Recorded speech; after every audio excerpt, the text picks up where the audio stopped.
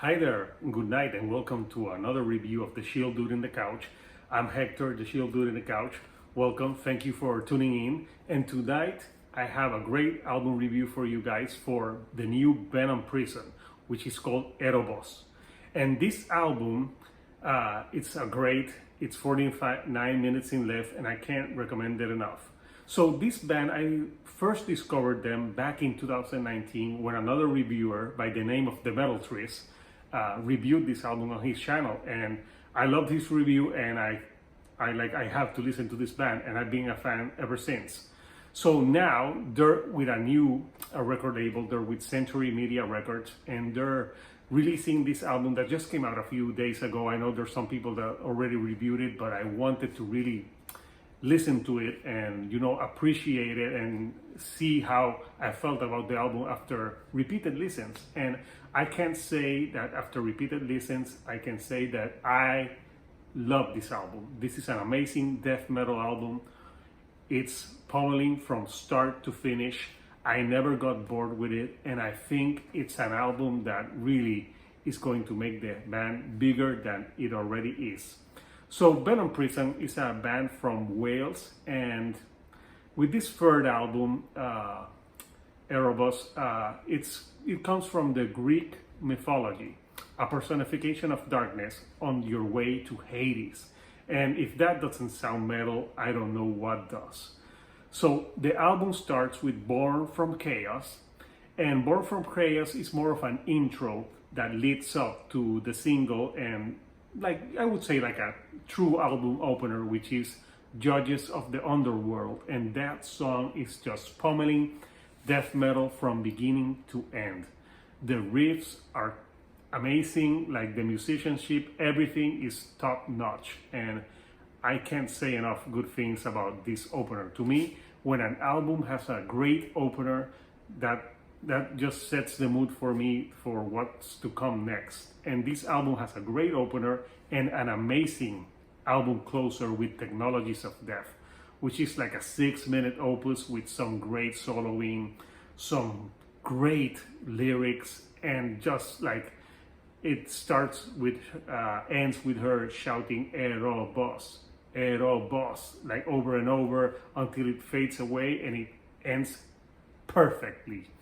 And you may say, so yeah, it starts great, it ends great. What about the middle? Well, let me tell you, there's no trimming. Don't need to trim anything on this album. Everything is perfect. There's no filler. It's all killer on this album from start to finish. So I want to talk about a few other songs that I think are highlights for me in this album. Another one that is a highlight for me is the single Nemesis. Nemesis is a straight death metal song, and it has like a lyric that I have the damage done, that it repeats, and that is a lyric that when I hear that and shouting like what it's like on the album, it has to sound amazing live. I could just feel like the pit coming alive when it goes into that part of the song. And Larissa Stupor, I must say, is one of the highlights for me in this album. Her vocals range are amazing, both harsh vocals and cleans. She does some cleans, especially on album highlight for me, which is Pain of Oizys. That song is just amazing. It's a song that starts really slowly. It has like some trip hop elements, some piano, where she sings more softly. You can feel like what she's feeling when she's singing that song. It's so good. And then the song just pummels you, and it goes to some riffish that reminds me of At the Gates. So, oh my God, it's just amazing. That's a song that if you're not a fan of death metal, it would be a song that I would recommend that you listen to, because it has that experimentation. It's not like in your face the whole time. It has the piano, it has the soft side. So it's a great gateway song for maybe people who are not used to this type of music. And that for me is the album highlight. That song is just amazing.